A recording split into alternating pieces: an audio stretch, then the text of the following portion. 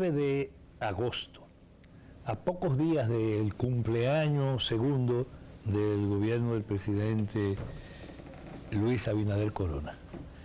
En la República Dominicana, en un país donde las noticias de impacto sacuden cada vez más la conciencia colectiva en medio de las dificultades que atraviesa el país como nación empobrecida, como país que procura construir una vida democrática a contrapelo normalmente de grupos oligárquicos y de una tradición de cultura política bastante compleja, bastante difícil.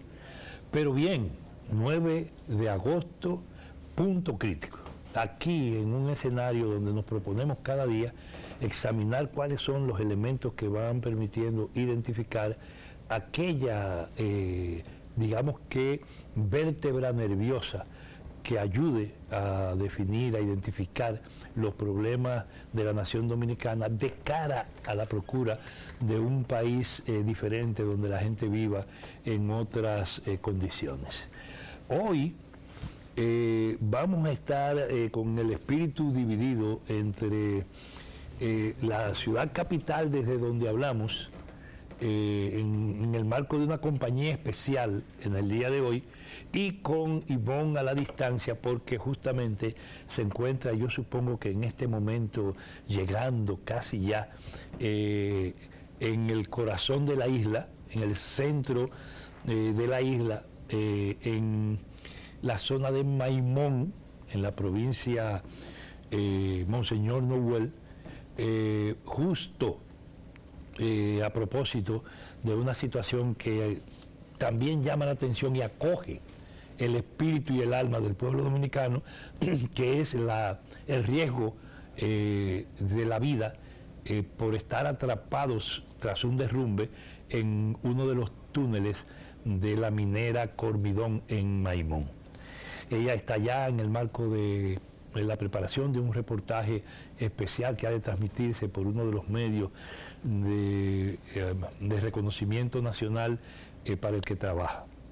Y nosotros acá, que pensamos analizar y ver una serie de temas que atraen la atención dominicana. Aparte de este tema de Maimón, está la situación que se da alrededor de la expectativa ciudadana generada tras el anuncio en el día de ayer de la Fundación Justicia y Transparencia y el Observatorio de Políticas Públicas de la UAS, junto a un conjunto de organizaciones que han participado históricamente en todo el proceso de discusión del pacto eléctrico y que conforman parte importante del sector social que ha discutido este tema durante años y que en el día de ayer hicieron el anuncio oficial para la comunidad nacional de una decisión tomada por el Tribunal Superior Administrativo. Y por otro lado, una situación por la que yo quisiera incluso comenzar, porque es parte del problema nacional, antes de entrar a una conversación importante, bueno, además de invitarle a que nos acompañe en la reflexión sobre cualquiera de estos temas informativos, del doctor Alexis Joaquín Castillo. Yo, aprovechándome un poco del conocimiento, digo, y Cabrera, profesor universitario, dirigente político, activista político conocido en el país, es fiscal del distrito y ministro en alguna ocasión de deporte y ha jugado otras funciones públicas. Quiero, antes de entrar a estas cosas de detalle, darte, Alexis, la bienvenida. No es la primera vez, pero darte la bienvenida ahora a Punto Crítico. Para mí es una honra estar contigo aquí, Fernando. Buenos días al público que nos ve. Y ojalá este programa, el ratito que podamos estar aquí, lo aprovechemos para algo que para mí ha sido significativo cada vez que veo el programa tuyo y de Ivonne. Y es que este programa se ha constituido en un referente de pedagogía popular, de educación, si se quiere, de conocimiento, transformador, participativo, que informa de manera objetiva al país lo que ocurre en la nación. Ojalá podamos usar este espacio para eso. Y yo asumo, por la confianza que me dan ustedes, tal vez el papel de conductor. Y me convierto en conductor para preguntarte a ti, en ese interés de la pedagogía popular. ¿Tú crees, Fernando, que hay posibilidad de discutir el tema de esa concepción marxista del Estado en el plano temático, Estado precapitalista, Estado capitalista, Estado finalmente postcapitalista, que plantea como Estado postcapitalista la desaparición del Estado, es la visión marxista del Estado. ¿Tú crees que ese Estado, concebido por Marx como un Estado de suficiente potencial de libertad del sujeto, y discutido por Hegel desde otro punto de vista, entendido como que el Estado es precisamente la posibilidad de la libertad en la medida en que la plena facultad del individuo se supera? No el Estado liberador, sino que el individuo tiene que superarse en el Estado. Esa discusión interesante del Estado, ¿tú crees que todavía está latente en el Estado nuestro? ¿Es el Estado monopolizador de la violencia o es un Estado al servicio de la ciudadanía y del país? Mira, el hombre es difícil, parece, porque me recordaste dos cosas, ¿no? La primera es cuando hablaste de pedagogía política, valorando el rol de punto crítico fundamental para nosotros, que ha estado ya camino al año, ¿no? Haciendo una función cotidiana, una función diaria de administración de información para la construcción de la verdad, porque en definitiva es eso.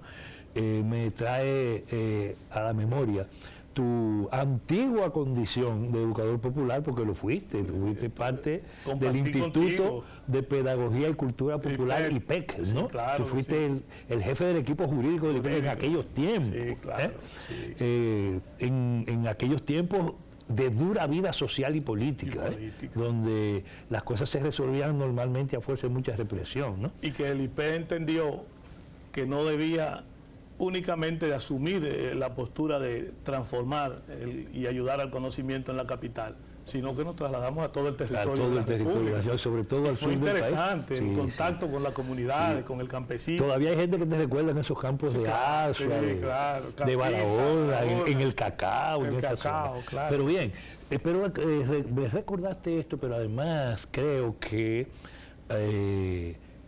introdujiste una reflexión de carácter teórico político. Dejaste de ser un invitado al programa y te convertiste en conductor, tal y como lo dijiste. De la confianza lo cual es así, porque de eso se trata. Y hablando de pedagogía política y hablando de educación popular mucho más, ¿no? Porque el proceso educativo no es un proceso donde hay uno que enseña y otro que aprende. Hay un proceso de construcción de conocimiento y un proceso dialógico en el que la relación democrática se da entre iguales.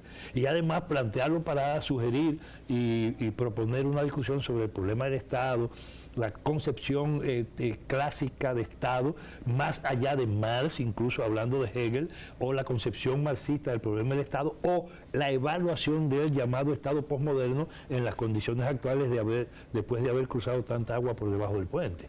Y yo digo que es una habilidad tuya, y que además, conociéndote, te la vuelvo a saludar por una razón, porque yo te introducía diciendo que había tres cosas que había de manera puntual que hacerlo, y yo antes de responderte entonces sobre el Estado, las voy a referir y voy a pedirle a quienes están en el control técnico de esto que nos pongan un videíto pequeño que habla de Ocoa, para entonces meternos en estos temas de actualidad. Ocoa tiene hoy una caminata o mañana. No, una marcha. El domingo. Ah, es el domingo. Sí, claro. Ahí está. Sí.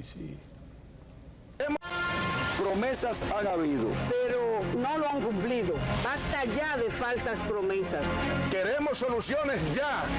El domingo 14 de agosto, a las 10 de la mañana, súmate a la gran marcha caravana en Ocoa para que las autoridades cumplan con sus promesas a nuestras comunidades. Contaremos con la asistencia de organizaciones comunitarias de toda nuestra provincia. Invita la coordinadora de lucha provincial.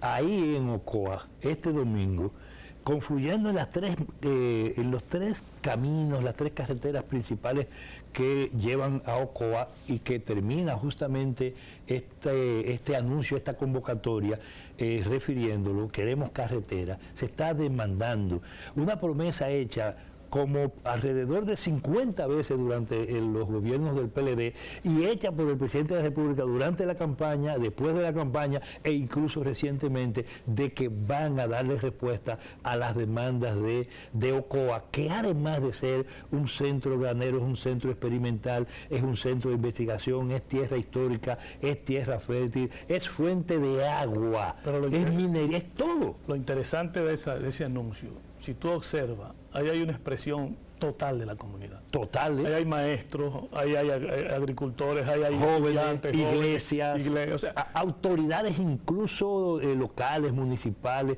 Ahí hay gente de mucha tradición, todas las organizaciones empresariales y de productores, sin excepción, están ahí. Por eso pensamos nosotros, el Estado tiene que tener el oído puesto en esos reclamos y acudir en solucionar esos problemas, que no solo son los problemas de Ocoa, son los problemas del país. No, son los problemas del país, además en un punto que ya no siquiera, ya tú no puedes decir Ocoa es del sur.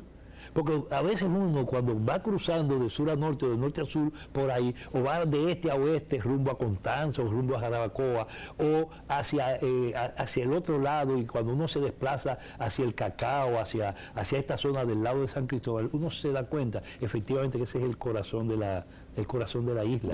Y además, sí, claro, tan contiguo como está a la producción minera, cerquita, tan cerca y tan dueña que es de esos espacios de donde sale el agua, nuestros manantiales, parte de nuestros ríos. Ahora que tú hablas de eso, Fernando, creo que el país sabe lo que está ocurriendo en la sierra del Bauruco. La explotación minera en la montaña. En la montaña. O sea, donde nacen los ríos. Y que el gobierno del PLD, yo recuerdo que Danilo, a días de ser juramentado como presidente, se presentó con un maletín y hizo una rueda de prensa diciendo, el país debe de saberlo, recordarlo, diciendo que lo que encontró fue un maletín lleno de facturas. Lleno de facturas. Porque se habían... Y criticó de manera agria que Leonel Fernández haya pactado con una transnacional minera 97 pesos a 3. El famoso caso de Barrigo. De Barrigo. Pero no se fueron del gobierno sin antes pactar con esa compañía minera de la Sierra del Bauruco 75 años, para que durante 75 años se explotara en la montaña nuestra, ahí en esa Sierra del Bauruco, cloruro de calcio, el cloruro de calcio. O sea, el PLD de Danilo dio 75 años a una minera, y el PLD de Leonel le dio 97.3 a la Barrigo. Y entre todos entonces se han entregado al consorcio que explota justamente todas las tierras que eran del Central Barahona, sí, de ese poderoso central, otrora poderoso central, que privatizaron, que se entregó al sector privado y al capital extranjero, y que ahora incluso lo meten en una situación donde están a la espera sencillamente de tener mejores ventajas, porque le están entregando las tierras que corresponden hacia Pedernales, toda esa ladera costeña que hay ahí, justamente de esa cordillera hacia el mar, frente a lo que es también la ya también en proceso de enajenación hermosa Bahía de las Águilas. Si todo es como si fuera un proceso, una conjura para la entrega que continúa.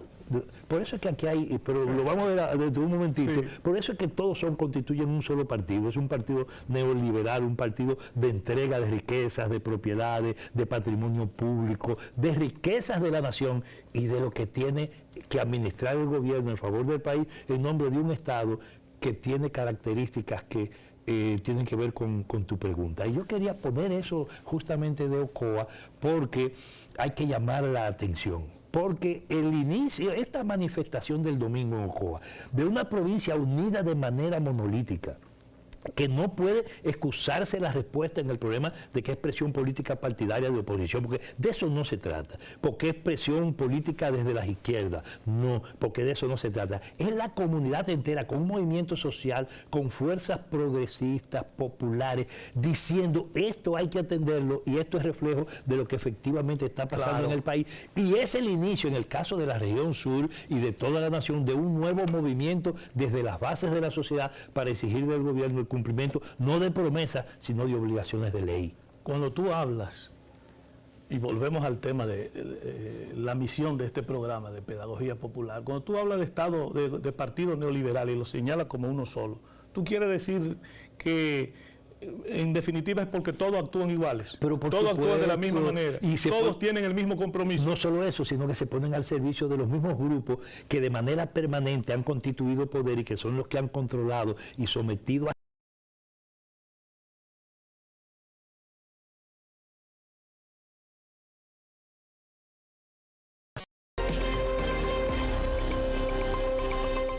Siempre se dice que el momento bueno de los programas es cuando uno habla fuera de cámara. Sí.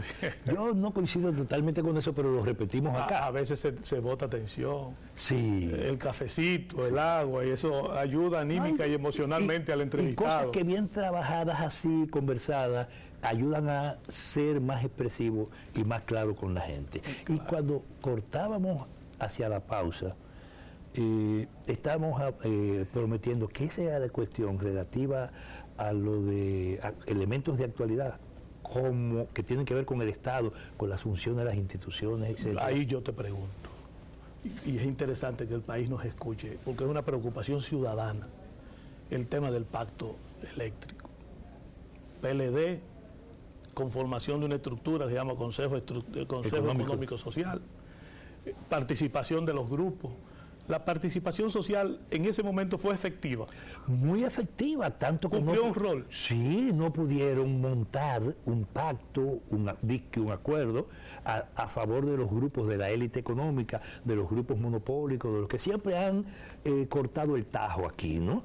Los que siempre han cortado el bacalao, como dicen los cubanos, sino que fue enfrentado eso y se planteó la necesidad de democratizar la discusión, y entonces se hizo un proceso que duró más de 3 años. Sí, claro. Incluso que el PRM como partido se retiró, no participó prácticamente. Pero ¿tú crees que el papel social cumplió alguna misión? Claro, casi evitó que se legalizara lo que hoy están haciendo. Entonces, ¿qué pasó? No pudieron sacar un pacto eléctrico que castigara a la gente, porque en aquel momento se exigía 3 cosas. Por ejemplo, muy concretas. Número 1, que se bajara el 30% de la tarifa. Y el PRM se puso de acuerdo con eso. Sí, claro. Está escrito, eso es público. 1. 2, que todo lo de Punta Catalina fuera transparente y se discutiera Punta Catalina en el pacto. Tú recuerdas que Bichara dijo, el pacto es para blindar a Punta Catalina. Y nunca se aceptó. Al final se metió en la discusión, pero se metió como tema de agenda, pero nunca se desarrolló. Porque lo primero que pedíamos es, dennos todos los papeles, el contrato. Pero yo recuerdo, y de ahí tú fuiste abogado. Puedo decirte que asumí una postura protagónica, porque se quería desconocer los reclamos sociales y hubo la necesidad incluso de notificarle al fenecido, al hoy fenecido Agripino, un acto de algo así. Sí, firmado por ti y otros abogados.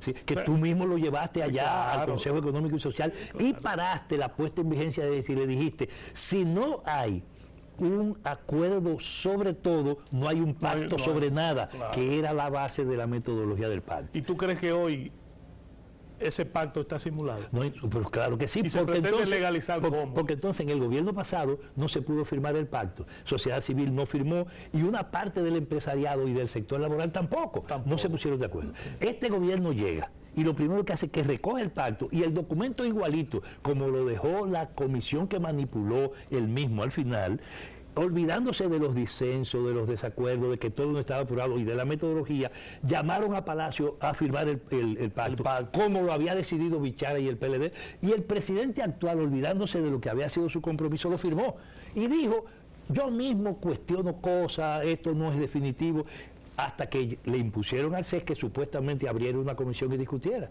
Por encima de todo eso, ellos decidieron aplicar cosas que firmaron nada más entre la cúpula empresarial y el gobierno. Si ellos firmaron los dos y el sector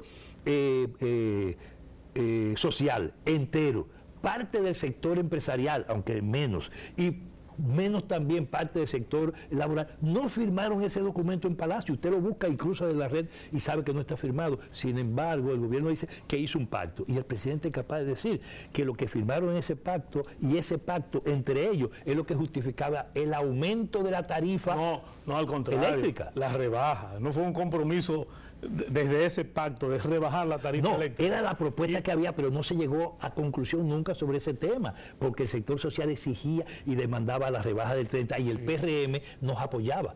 Pero sin embargo, contra todo eso, el presidente firma supuestamente un documento de pacto que no es legal, y eso está incluso en el marco de recursos judiciales, sino que además, en nombre de eso, agarra y provoca el aumento del año pasado de la tarifa, y después hace una nueva decisión en la superintendencia y establece que iba a ser trimestral durante 6 años para seguir aumentando la tarifa, para buscar que el valor real de la misma. Y aumentó en un primer trimestre de manera brutal. Y produjo y amenazó con un segundo aumento y lo produjo. Y cuando se produjo eso, hubo una avalancha nacional contra eso. Una avalancha total. Tanto que el presidente dio para atrás y dijo, el último mes de esto lo vamos a devolver, porque ya se lo habían facturado a la gente. Entonces decidió devolver el pago del último mes. Cuando pasan los días, se produce una decisión de un recurso que Sociedad Civil, a través de la Fundación Justicia y Transparencia y de la acción del Observatorio de Políticas Públicas y otras entidades del sector social del pacto, que se había sometido al Tribunal Superior Administrativo, el tribunal viene y ahora, el día 15 de julio, evacua una sentencia en la que dice fue ilegal aumentar la tarifa, el procedimiento se violó los derechos de la gente y hay que devolverle a la ciudadanía un precedente. Totalmente. Un precedente. Eso nunca se había producido. Nunca había ocurrido. Y eso implica alrededor de 800 millones de pesos por el mes de noviembre y diciembre del año pasado. Pero si usted le suma enero, febrero, los otros 6 meses, incluyendo el último que el presidente dijo había que devolverlo, a la gente hay que devolverle, al historia de abogado, más de 3.000 millones de pesos. 3.200 millones mínimo, porque siempre cada mes va aumentando un poco más. Estamos hablando probablemente en términos redondos de alrededor de 4.000 millones de pesos a los que nos cobraron, a usted que nos está mirando, que le cobraron eso de manera dolosa, ilegal. Ahí volvemos al tema pedagógico, que es interesantísimo este programa. Yo tendré que venir con más frecuencia. No, aquí, pero tú eres si se me permite. Dice Ivonne que tú eres el que huye. No, pero mire el tema, por ejemplo, yo pregunto, todos esos reclamos sociales indican que estamos viviendo una sociedad de transición o el gobierno es de transición. Y esa actitud que asume el presidente de la República en el presidencialismo de devolverse, ¿significa que está escuchando? No, significa que está en una situación de acarralamiento de sus propios planes. Porque es un presidente que apenas hace un mes y algo prácticamente anunció con alguna formalidad su proyecto de reelección. Sí. Entonces, si él se va a reelegir, él necesita adoptar medidas populistas o pseudopopulistas que no le generen antipatía, que le generen adhesión o conservar lo alto que quedó su figura después de las elecciones pasadas. Siempre ha estado incluso por encima del PRM, pero las encuestas que han hecho los grupos empresariales y ellos mismos en los últimos días dan cuenta de que mínimo el 33% de la población activa políticamente dijo, ni estamos de acuerdo con lo que está pasando porque es más de lo mismo, ni estamos de acuerdo con la vuelta al pasado. Entonces no es un gobierno de transición, sino una sociedad en transición. La sociedad está cambiando y estamos a la puerta de vivir una transición efectiva, porque aquí se ha terminado de desacreditar la oferta política del sistema. Esos partidos y el PRM, es más, este gobierno que era del cambio, si fue cambio fue reversa. Esto es más de lo mismo. Entonces, como están reiterando lo mismo, ellos no están en transición. Ellos están dando continuidad como partido neoliberal del que forman parte a lo mismo que hicieron los otros. Más privatización, más APP, más fideicomiso. Oye, corrupción de nuevo. Mira, los dos funcionarios dos funcionarios más activos públicamente del gobierno. El que manejaba más recursos como ministerio, que es el ministro de Educación del MINER, el ministro de Educación preuniversitaria, porque hay un ministerio de Educación universitaria, Fulcar, que fue el que dirigió todas las campañas del presidente hasta que en la última mitad o 3/4 partes del último periodo de campaña llegó Macarrulla, dirigió las campañas del presidente, Roberto Fulcar. Pero después de Roberto Fulcar, ¿a quién pusieron? A un alfil del principal grupo económico de este país, del grupo Vicini, que es Alisandro Macarrulla, que además de empresario es un alfil del grupo Vicini. Entonces, a él lo pusieron jefe de campaña, sí, y terminó siendo una especie de primer ministro en el país. Los dos jefes de campaña del presidente Luis Abinader Corona están en proceso de ser sometidos o están vinculados a procesos de corrupción desde gobiernos anteriores y en el marco del gobierno actual. Pero ante esas observaciones tuyas, aseveración en sí, yo pregunto, y me remonto a una expresión leninista, ¿qué hacer? ¿Qué hacen las organizaciones populares? ¿Qué hace el pueblo? El movimiento político progresista. Ese movimiento, ¿qué hacer? ¿Qué hace el sentido de decencia en un país político, el sentido de decencia en un país social, movimientos sociales, en un país de personas, de seres humanos, ciudadanos y ciudadanas? ¿Qué hacen los ciudadanos, las organizaciones políticas, las organizaciones sociales? Tienen que preocuparse por esto. ¿Tú crees que sería suficiente el buen ejercicio de la política? Yo creo que el sano ejercicio, ¿con eso sería suficiente? No, se necesita articular todo lo sano, todo lo progresista, lo democrático, lo avanzado, lo de izquierda. Todos esos sectores que son alternativos a ese partido neoliberal y a esa oferta de más de lo mismo, que se articulen desde lo popular y social, montándose en eso que acabamos de tener de ejemplo en Ocoa, Camino al Domingo, o montándose en propuestas alternativas que unan a todos los sectores. Y yo creo que es efectivamente lo que empezó a anunciarse. Tú estabas, yo estaba, había mucha gente en el Mauricio Báez 24, y ese esfuerzo, esa propuesta que se hace de que se articule todo y se cree un solo referente político, que no se quede en lo que hizo Marcha Verde, que fue denunciar la corrupción, atacarla y acorralarla, e incluso derrotar la prima fase para abrir los procesos judiciales que están en camino, sino que además haga una propuesta política, que tomemos el ejemplo de América Latina, el ejemplo de Petrus. Sí, pero al pueblo le interesa saber si ese referente político al que tú haces alusión incluye demócratas, incluye comunitarios, incluye gente con postura libertaria o excluye a sectores. No, lo único que tiene que excluir ahí, y eso incluso ha sido planteado, Alexis, es ningún vínculo con el crimen de Estado o con el crimen de cualquier tipo.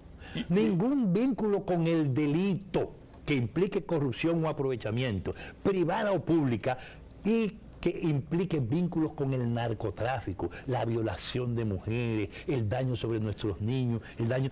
O sea, todo lo que no haya sido compromisario, parte estructural y beneficiaria de lo que ha sido el despojo de que ha sido víctima el pueblo Pero en dominicano. el decálogo de ese referente político, o sea, de esa plataforma, yo sugiero que se incluya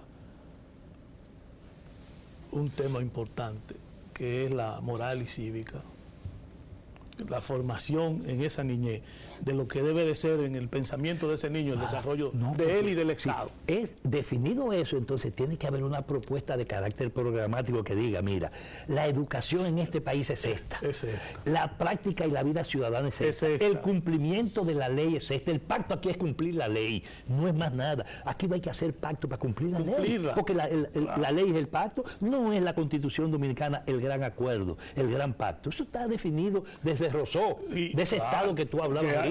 Que habla de la dictadura de la ley. ¿Sí? O sea, entonces, es la ley la que habrá de fortalecer en nuestra vida democrática. Ahora, ¿quién va a hacer la ley? La ley la van a hacer, va a ser el grupo RICE, el grupo Vicini, el grupo Estrella, los Bermúdez, los... No, sí son parte de la sociedad. La ley la va a hacer la sociedad de manera democrática y participativa. Entonces se necesita que esa confluencia de actores democráticos, políticos, progresistas, de izquierda, haga una propuesta de programa mínimo, que este país entonces viva una transición efectiva sobre la base de democratizarse, de instituciones transparentes, de castigo, de recuperación de los robados, de cese y conclusión del episodio histórico de impunidad, y que entonces aquí la solidaridad y el amor sean la base de la relación entre las personas, para que el Estado cumpla una función social y entonces de manera libertaria la sociedad camine históricamente hacia donde sus referentes y sus actores consideren a través del ejercicio libertario y democrático. Eso es lo que hay que plantear. Entonces eso es un programa alternativo a toda esta parafernalia y a toda esta perversidad que nos han querido convertir en propuestas democráticas y constitucionales. ¿Cómo rompemos? Porque hay un elemento que tal vez puede considerarse como una piedra en el zapato. El tema de la plataforma está, hay un referente político interesante, incluimos todo un referente de reivindicaciones, pero hay un tema que tal vez pueda ser un obstáculo, y es el protagonismo, el vanguardismo, quiénes van a No, yo asumir pienso ese que papel. aquí la vida impone. Mira, a los compañeros de las izquierdas, que tenían más contradicciones que el carajo, en los 12 años de Balaguer, cuando la represión era dura, ¿sabe dónde nos uníamos sin ningún tipo de problema? En la cárcel. Ahí estábamos toditos juntos porque la vida nos imponía. Sí. A esta vida ha impuesto otra cosa. Y esa pregunta, quien tiene que responderla tú, pero no va a ser en este programa, va a ser en el próximo, que tú vas a venir, cuando venga Ivonne y lo discutamos con Apolinar y con mucha gente en colectivo para decirle a este país que se puede y de que aquí hay una esperanza que ha nacido y que camina y que efectivamente hay que convertir en realidad. Pero eso es cuando nos desafiemos de nuevo para encontrar oportunamente el punto crítico. Para mí será un inmenso placer poder compartir contigo. Y ojalá esté Ivonne, esté el mismo Apolinar, y que podamos hacer una reflexión amplia sobre lo que nos depara el destino. Y ahí te voy a hacer la pregunta sobre el Estado, porque tú lo que pareciste fue un marxista al plantear el tema. No. Pero bueno, en la próxima será, y nos vemos en otra edición de Punto Crítico.